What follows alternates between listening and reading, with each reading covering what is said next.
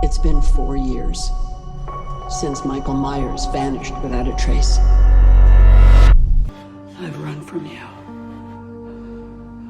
I have chased you. I have tried to contain you. I have tried to forgive you.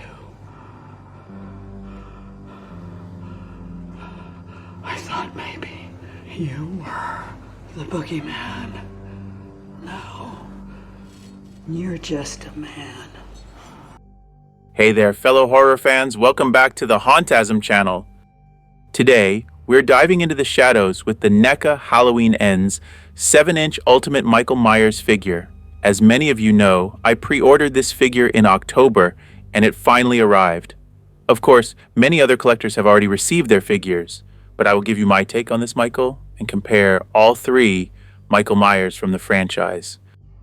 But before we dissect this terrifying treat, let's take a quick stroll down the blood-soaked streets of Haddonfield in Halloween Ends, which hit the screens back in 2022 and brought the saga of Michael Myers and Laurie Strode to a chilling climax.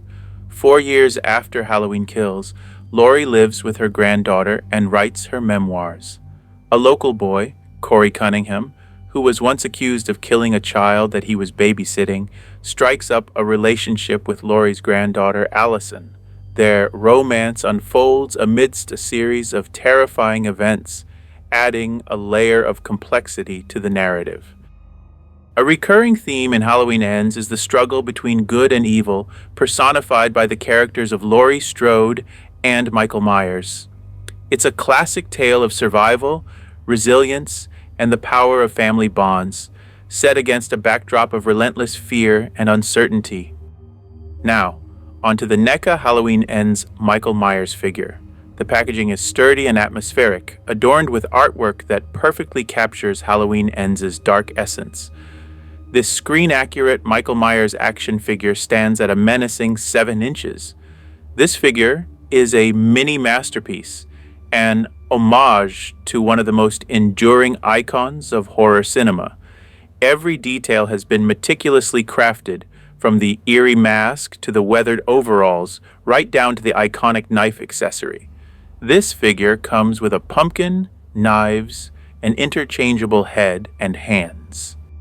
As we take a look at the interchangeable head, you can see it is severely burned on one side and more weathered than the previous masks. The back of the head looks great as well. The details on the headpiece are done very nicely. The hand has 2 different shades of color, and you can see the details on the fingers. Let's go ahead and flip over the hand so you can see the palm. I like the creases on the palm. Overall, they did an excellent job for such a small piece. The jack-o'-lantern is a great addition, but I wish there were a light inside. Just like the 2018 Halloween jack-o'-lantern, it's just another slight touch that would have enhanced the pumpkin. And here is the classic standard clean knife, which looks the same as the 2018 Halloween and Halloween Kills. Here are the other 2 interchangeable hands, of course, missing the 2 fingers. I liked the rusted knife. It differs from Michael's previous knives.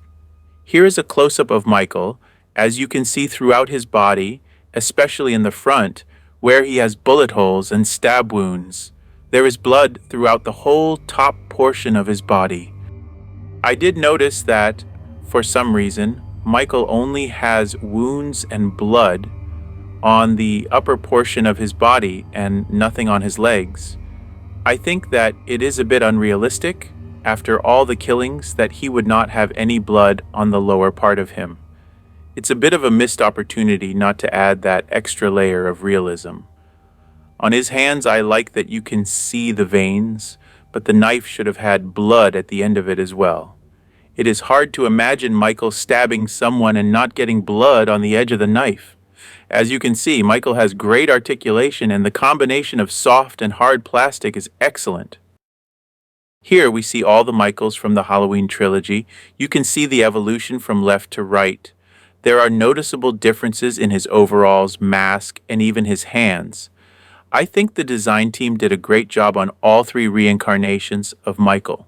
However, Compared to previous releases, this Michael Myers Halloween Ends figure really raises the bar. It's got an edge over other figures in terms of detail, texture, and overall quality. Okay, let us go over the pricing. Did you know that NECA has its store on Amazon? You can buy from NECA on Amazon, and it will be shipped from the NECA store. The price is $35. And Toy Wiz has the Halloween Ends Michael for $35. Best Buy, $35. But Target is sold out, and Big Bad Toy Store has pre-order only at $38. In conclusion, the NECA Halloween Ends Michael Myers 7-inch Ultimate figure is fantastic. It's a fitting tribute to one of horror's most enduring icons and a testament to NECA's commitment to quality. If you're a fan of the franchise, a horror collector, or just someone who appreciates finely crafted figures, this one's for you. Thanks for joining me today. If you enjoyed this video, please give it a thumbs up and leave a comment below with your thoughts on the NECA Halloween Ends Michael Myers 7-inch Ultimate figure. It was quite amazing. It was very emotional because we felt so much going into it, especially the finale between Jamie and I, the Laurie Strode, the Shaped final showdown, and a lot of things building up to it. We took a lot of chances, a lot of really, really talented people working on this, and so we're quite proud of it. Well, when the stunt coordinator read the script, he called Malika Cobb, the owner of the franchise, and David Gordon Green, the director, and said, the script is so unique and unusual and deep that you needed somebody who's a really good actor, has deep acting chops, but is also a very good stuntman. And there's not many guys that do that, that do both. And then David Gordon Green said, well, he has to be 6'3", 200 pounds, and he's got to be in his 60s. Do you know anybody? And Ron knew one guy, and that was me.